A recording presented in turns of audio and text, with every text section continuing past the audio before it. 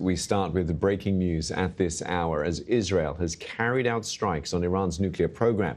The IDF has said with blasts heard in Tehran. The strikes were part of Operation Rising Lion, Israel's Prime Minister Benjamin Netanyahu said, adding Iran was a threat to Israel's very survival. Israel has declared a state of emergency, saying the country expected retaliation. Well, joining me live are our Middle East correspondent, Hugo Bashega in Jerusalem, our senior reporter, Bern de Boosman at the White House, and our State Department correspondent, Tom Bateman. Hugo, I'll come to you first. Tell us more about what Prime Minister Benjamin Netanyahu has been saying about these strikes. Yes, Steve. So it is just after 5 o'clock in the morning here. So this campaign by the Israeli military was announced 2 hours ago by the Israeli Defense Minister, Israel Katz.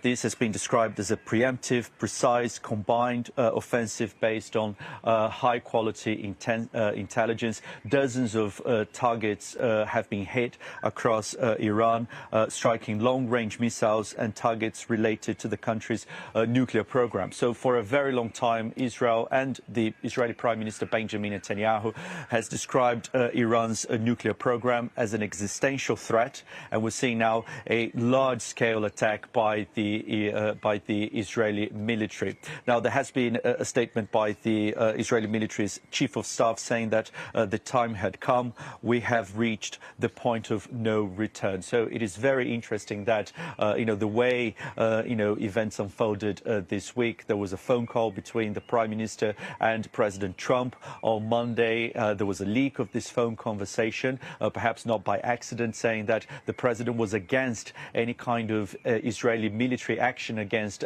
Iran, while these negotiations for a deal between American and Iranian officials continued. There was a round of talks expected to take place on Sunday, and now these attacks happening. Now, we're seeing reports as well in Israeli media saying that apart from the airstrikes targeting those facilities connected to Iran's nuclear program, there have been assassinations, and the targets include the chief of the Iranian military, senior military officials, and senior nuclear scientists. So a large-scale attack that has been carried out by Israel. A state of emergency has been declared here in Israel. A phone alert was sent to everybody in this country about 2 hours ago.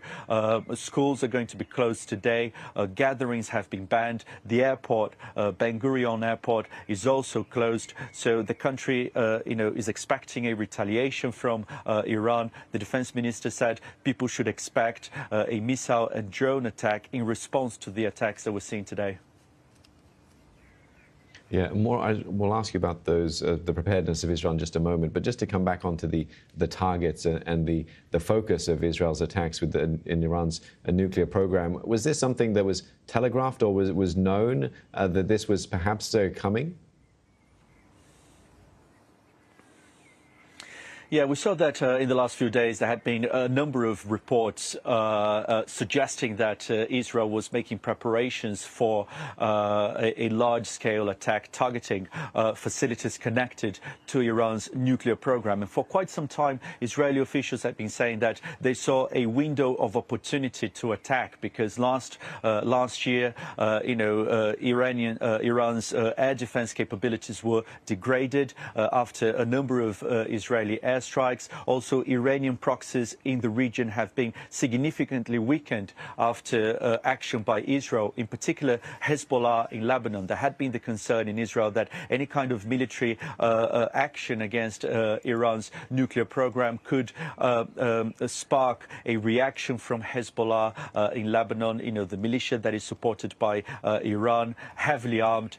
We know that, Hezbollah has been significantly degraded after more than a year of conflict with Israel. So the Israeli authorities saw that an opportunity here, and what we're seeing today, is that Israeli officials are saying that there was the opportunity here to strike, that Iran was advancing with its nuclear program. Again, for a very long time, the Prime Minister, Benjamin Netanyahu, had been saying that he saw the Iranian nuclear program as an existential threat. The Iranians had been saying also for a very long time that, their nuclear program is for peaceful purposes, but now we're seeing this large-scale Israeli attack targeting dozens of locations across Iran, military facilities, military assets connected to Iran's nuclear program. Hugo, you mentioned that Israel's defense minister confirmed the strikes and declared that state of emergency, also saying that counterattacks were expected in the immediate future. What kind of preparedness is Israel doing to ensure that its people will be safe? Yeah, it is very interesting also that the Israeli authorities are suggesting that this is just the beginning of what could be, a large-scale offensive over many days. The Israeli authorities were describing it as the first stage of this military offensive against Iran. Now, this is obviously a country with very strict security measures.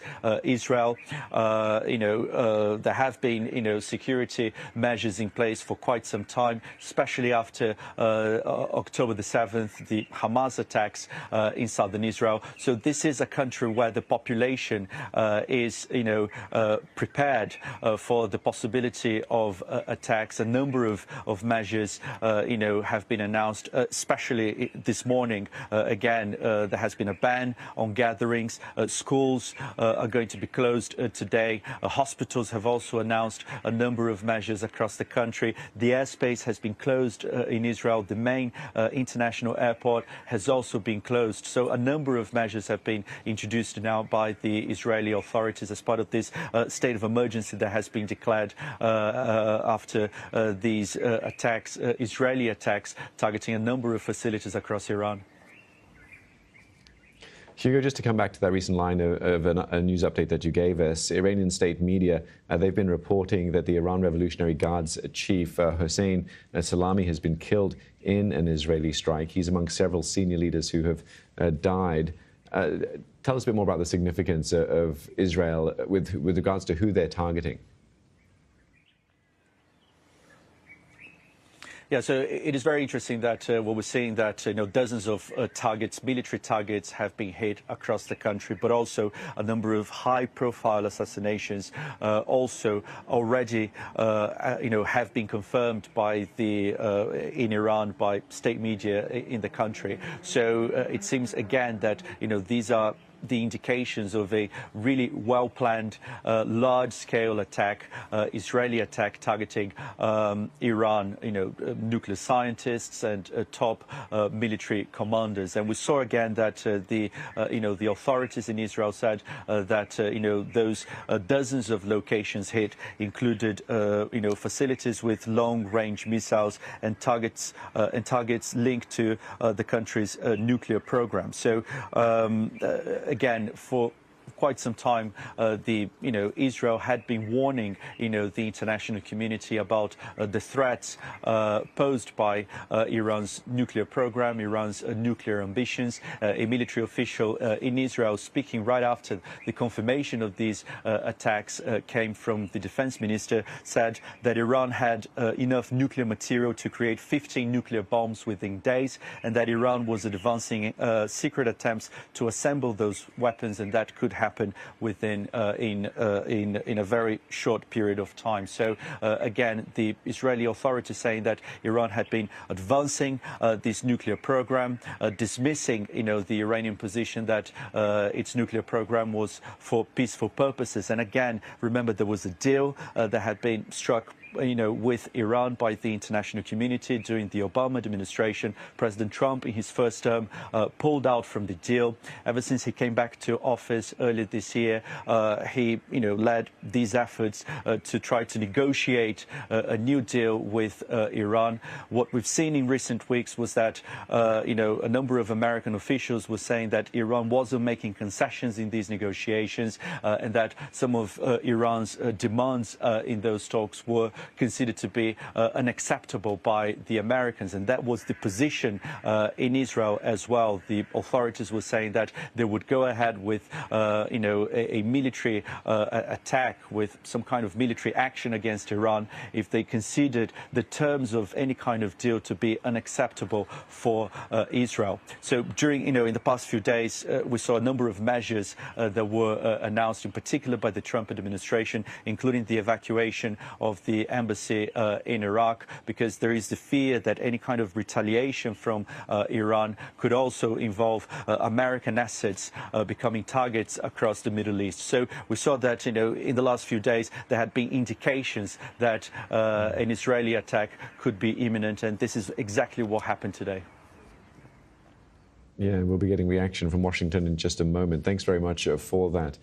Hugo Beshega there in Jerusalem. Just to add on to that, Iranian state media report saying that the Iran Revolutionary Guards chief Hossein Salami has been killed. They also added that Faredoon Abbasi, the former head of the Atomic Energy Organization, has also been killed. That's according to Iranian state media. Well, let's cross over now to Bern de Boosman, who's at the White House for more on the U.S. reaction to this. Bern, it's late in the evening where you are. Has the White House said anything?